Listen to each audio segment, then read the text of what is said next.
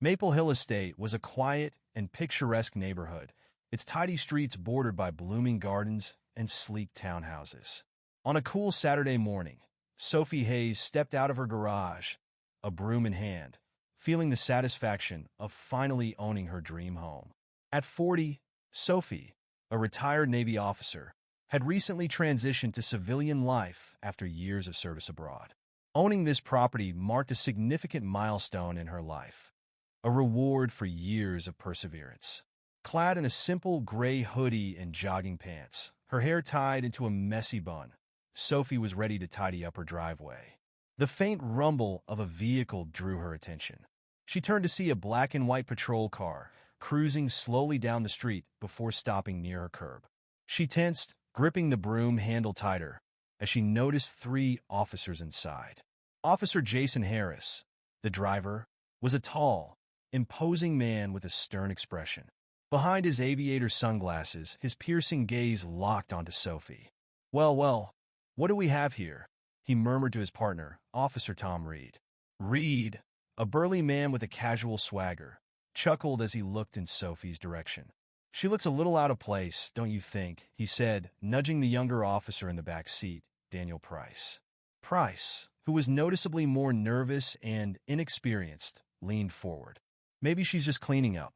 Doesn't seem like a big deal," he said hesitantly. Harris smirked and brought the car to a halt. "Let's find out," he said, stepping out of the vehicle, followed by the others. Sophie watched them approach, her face calm but her heart racing. Setting the broom aside, she stood tall as the officers stopped a few steps away. "Morning," Harris said, his tone cool but interrogative. "You live here?" Sophie raised an eyebrow, surprised by the question. "Yes, I do," she replied firmly. Reed tilted his head, an incredulous smirk spreading across his face. "You're saying this is your house?" "That's exactly what I'm saying," Sophie shot back, her voice steady. Harris crossed his arms. "Mind showing us some ID?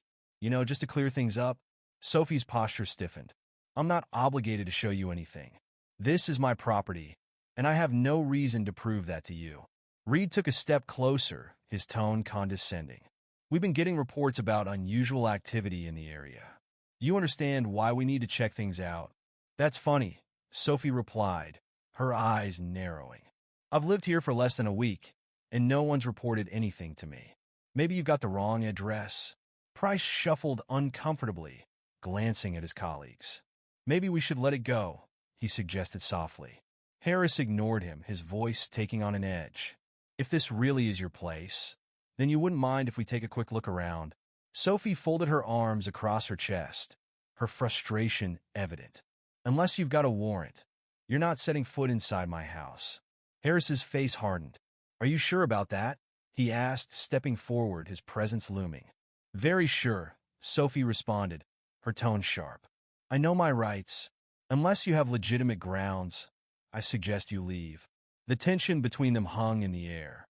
After a moment, Harris nodded toward the house. "Reed, Price, check it out."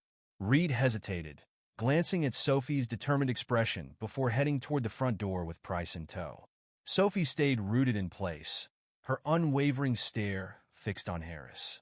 "You think I don't belong here, don't you?" she asked, her voice calm but laced with defiance. Harris smirked. "Don't take it personally. We're just doing our job." "Your job doesn't include harassing people in their own homes," Sophie shot back.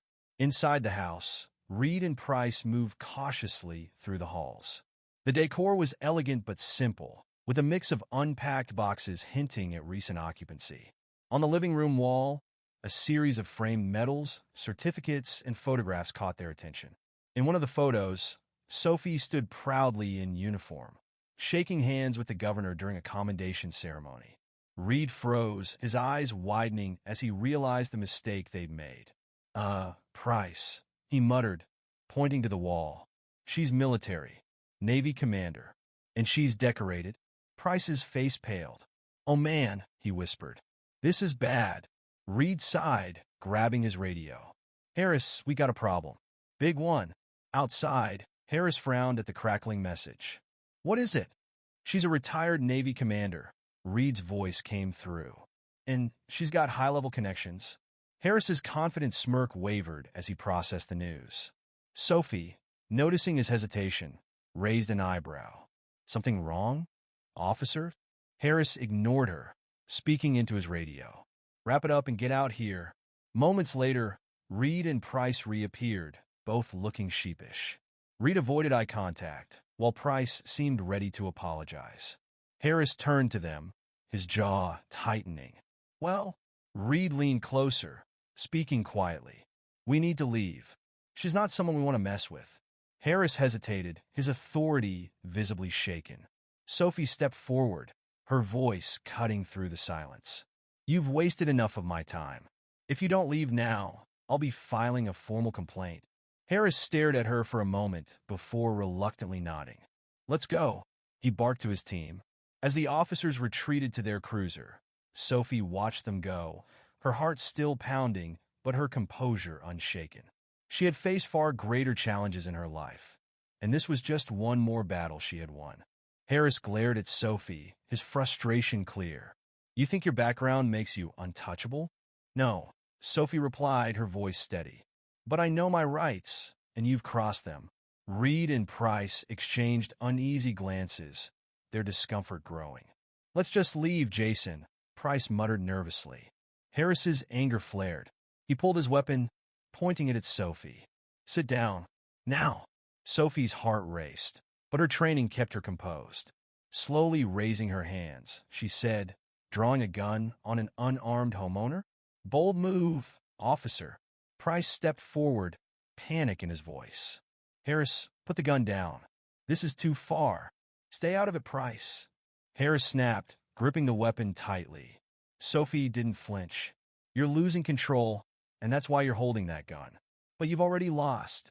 Harris faltered, Sophie's calm gaze shaking his confidence. Reed placed a firm hand on Harris's arm. Enough. We need to leave. After a tense pause, Harris lowered his weapon. Sophie exhaled and said coldly, Get off my property. The officers retreated to their cruiser. Inside, Sophie locked the door and saved her security footage. Picking up her phone, she called dispatch. This is Commander Sophie Hayes. I need to report officer misconduct. The next morning, Sophie entered the Maple Hill Police Department in her Navy uniform, commanding attention. Ignoring the stares, she approached the front desk. I have an appointment with Chief Samuel Grant, she said firmly. The receptionist quickly directed her, and Sophie entered the chief's office. Chief Grant, a composed man with graying hair, stood to greet her. Commander Hayes, it's an honor. Please have a seat. Sophie shook his hand but remained standing. Chief Grant, I'm here to report a serious incident involving 3 of your officers. She placed a USB drive on his desk. Grant's expression darkened as Sophie recounted the harassment, the unauthorized entry, and Harris drawing his weapon. When she finished, he leaned back with a heavy sigh.